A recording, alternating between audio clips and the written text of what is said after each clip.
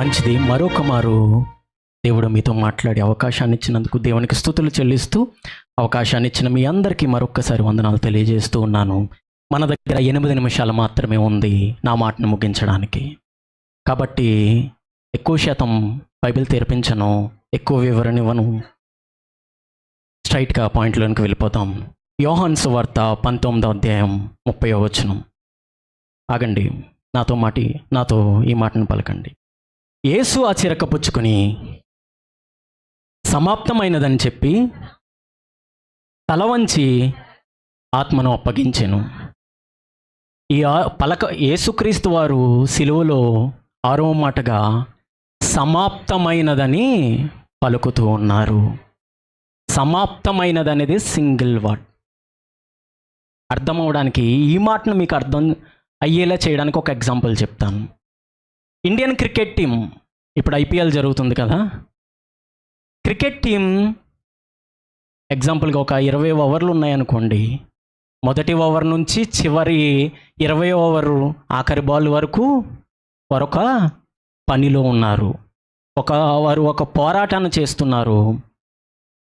ఆ పోరాటంలో in case ఒకవేళ ఒక టీమే ఖచ్చితంగా ఆడిన 2 టీముల్లో ఒక టీం గెలుస్తుంది. ఆ గెలిచిన టీము తృప్తితో, ఆనందంతో సమాప్తమైనది, నేను గెలిచాను అని చెప్తారు.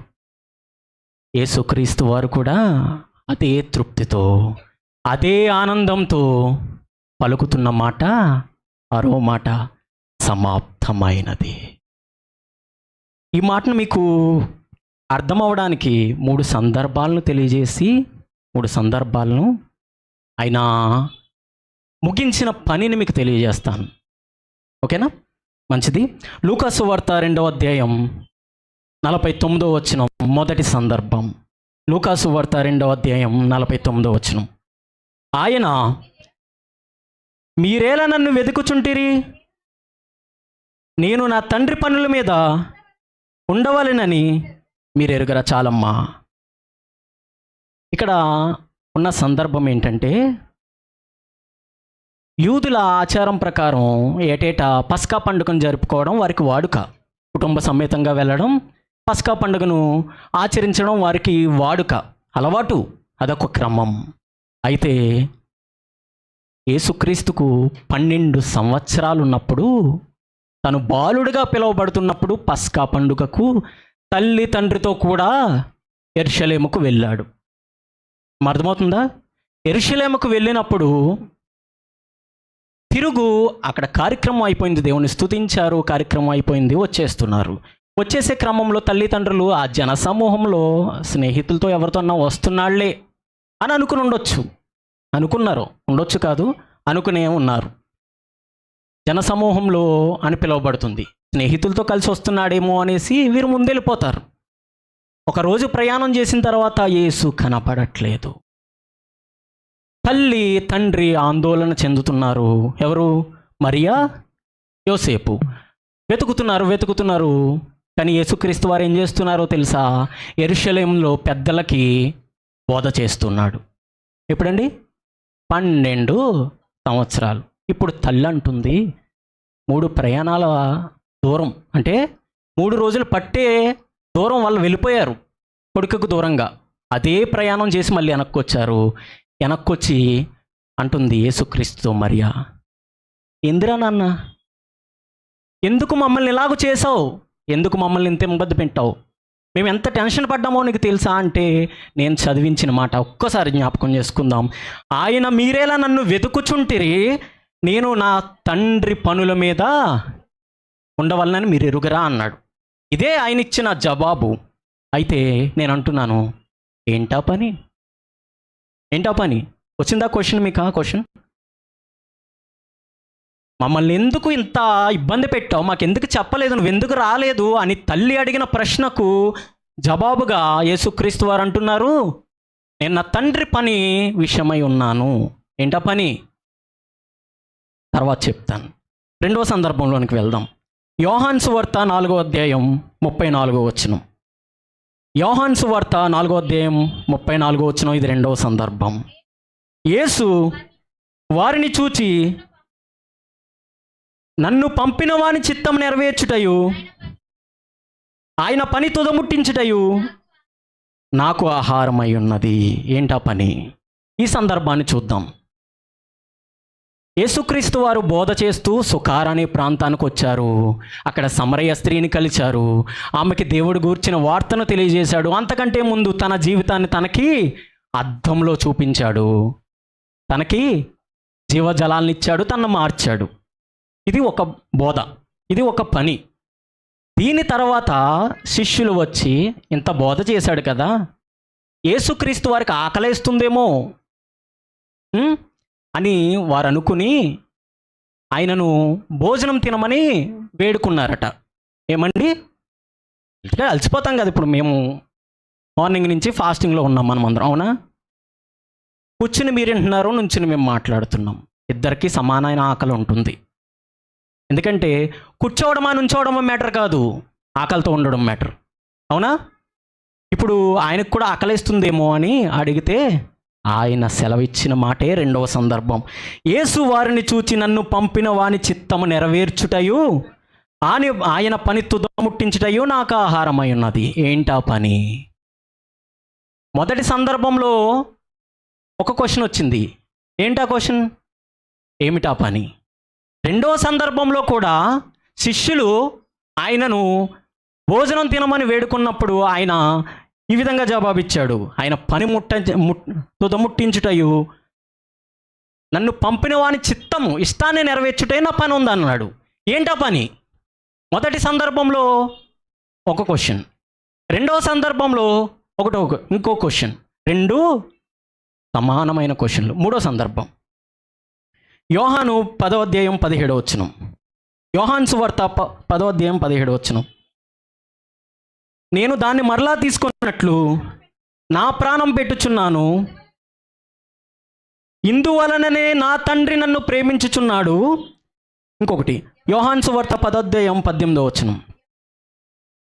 ఎవడును నా ప్రాణం తీసుకొనడు, నా అంతట నేనే దాన్ని పెట్టుచున్నాను, దాన్ని పెట్టుటకు నాకు అధికారం కలదు, దాన్ని తిరిగి తీసుకొనుటకు నాకు అధికారం కలదు, నా తండ్రి వలన ఈ ఆజ్ఞ పొందుతున్నా నేను. మూడో సందర్భంలో ఈ మాటలను అర్థం చేసుకుంటే మనం ఆయన చచ్చిపోవడానికే వచ్చాడు. విమర్శకులు అంటున్నారు, లోకస్తులు అంటున్నారు, ఇంతమందిని, కాళ్ళు లేని వాళ్ళకి కాళ్ళు ఇచ్చావు, చేతులు లేని వాళ్ళకి చేతులు ఇచ్చావు, కుష్టి వ్యాధిగ్రస్తులను బాగు చేసావు, దయ్యం పట్టిన వారిని విడిపించావు, ఇంతమందిని చేసిన అద్భుత కార్యాలు చేసిన నీవు 3 మేకలు తీసుకోలేవా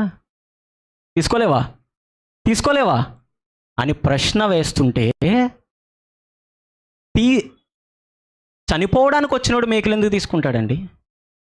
ఆయన వచ్చిందే నీ కోసం ప్రాణం పెట్టడానికి, మేకలు ఎందుకు తీసుకుంటాడు?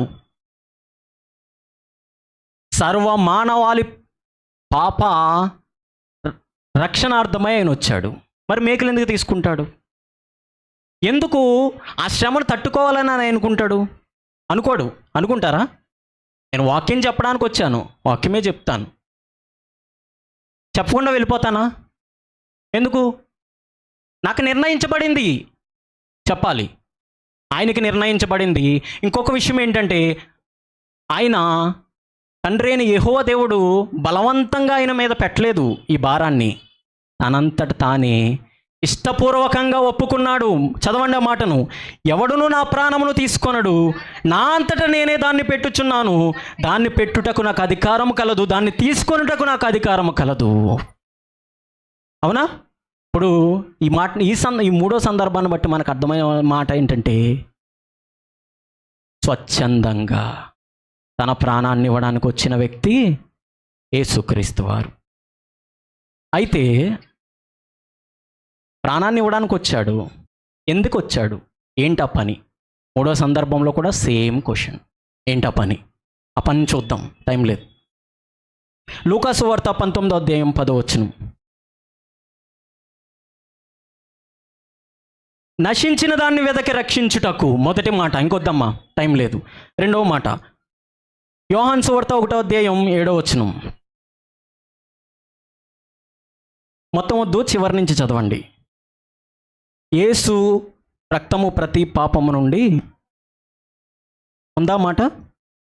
1 యోహాను 1వ అధ్యాయం 7వ వచనం చూడండి.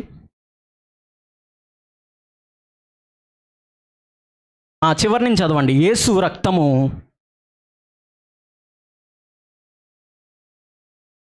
రక్తము ప్రతి పాపము నుండి మనలను, మొదటి పని ఏంటంటే నశించిన దాన్ని వెతక రక్షించడానికి వచ్చాడు. రెండో పని ఏంటంటే ప్రతి పాపము నుండి మనల్ని పవిత్రులుగా చేయడానికి వచ్చాడు.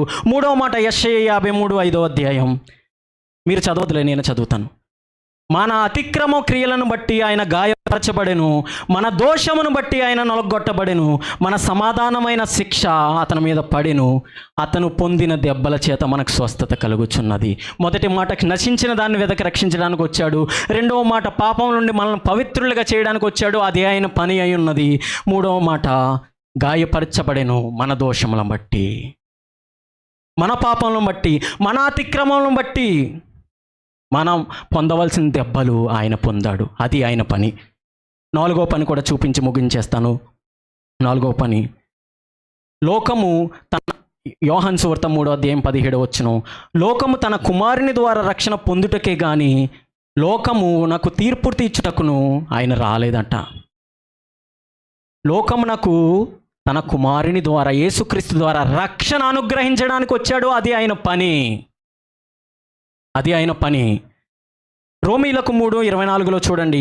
కాబట్టి నమ్మువారు ఆయన కృపచేతని క్రీస్తు యేసునందలి విమోచన ద్వారా ఉచితంగా నీతిమంతులుగా తీర్చబడుతున్నారు. 5వ మాట, మొదటిది ఏంటండి? నశించిన దాన్ని వెతక రక్షించడానికి. రెండవ మాట పవిత్రులుగా చేయడానికి. మూడవ మాట మన అతిక్రమ క్రియలన్నిటి విషయమై నలగగొట్టబడుటకు, శ్రమించబడుటకు వచ్చాడు ఆయన. 4వ మాట దేవుని కుమారుని ద్వారా రక్షణ అనుగ్రహించడానికి వచ్చాడు. 5వ మాట ఉచితంగా నీతిమంతులను తీర్చబడడానికి, మనందరినీ నీతిమంతులుగా తీర్చాడు, అది ఆయన పని. అందుకే అంటున్నాడు సమాప్తమైనది. అవునా? అనుకున్న పని కంప్లీట్ చేయగలిగిన వాడే సమాప్తమైనదని చెప్పగలుగుతాడు. సమాప్తమైనది అని చెప్తున్నాడు. ముగించేస్తాను. ఆల్మస్ అంటేనే ఇన్ని మన కోసం చేసిన వ్యక్తి హృదయం అనే తలుపు దగ్గరకు వచ్చి తట్టుచున్నాడు. ఎవడైనాను నా స్వరం విని తీస్తాడేమో అని. చిన్న ఎగ్జాంపుల్ చెప్పి నేను ప్రార్థన చేస్తాను. ఆల్మస్ అంటే అనే వ్యక్తి డ్రాయింగ్ కాంపిటీషన్లో పాల్గొనడానికి వెళ్ళాడు. అక్కడ ఏంటయ్యా ఆ కాన్సెప్ట్ ఏంటంటే, హృదయం అనే తలుపు దగ్గర ఒక వ్యక్తి తట్టుచున్నాడు, దాన్ని నువ్వు డ్రా చేయాలి, దాన్ని నువ్వు గీయాలి. రకరకాలైన వ్యక్తులు రకరకాలుగా గీశారు. చాలా అందంగా గీసిన వారు ఉన్నారు. ఒక వ్యక్తి మాత్రం గీశాడు. అయితే దానికి 3 న్యాయ నిర్ణేతలు, ఆ 3 న్యాయ నిర్ణేతలు అంటున్నారు, ఆ జడ్జిలు అంటున్నారు, ఇదిగో ఈ ఆల్మస్ హంట్ అనే వ్యక్తిది ఫస్ట్ ప్రైజ్ అన్నారు. డిసిషన్ వచ్చేసింది, ఫైనల్ డిసిషన్ వచ్చేసింది. అతన్ని గుర్తించారు, అందరూ మెచ్చుకుంటున్నారు, అంతా బాగుంది. అయితే 3 జడ్జిల్లో ఒక జడ్జి అంటున్నాడు, ఏవయ్యా మీకు బుద్ధి ఉందా? ఎలా ఫస్ట్ ప్రైజ్ ఇచ్చారు అతనికి?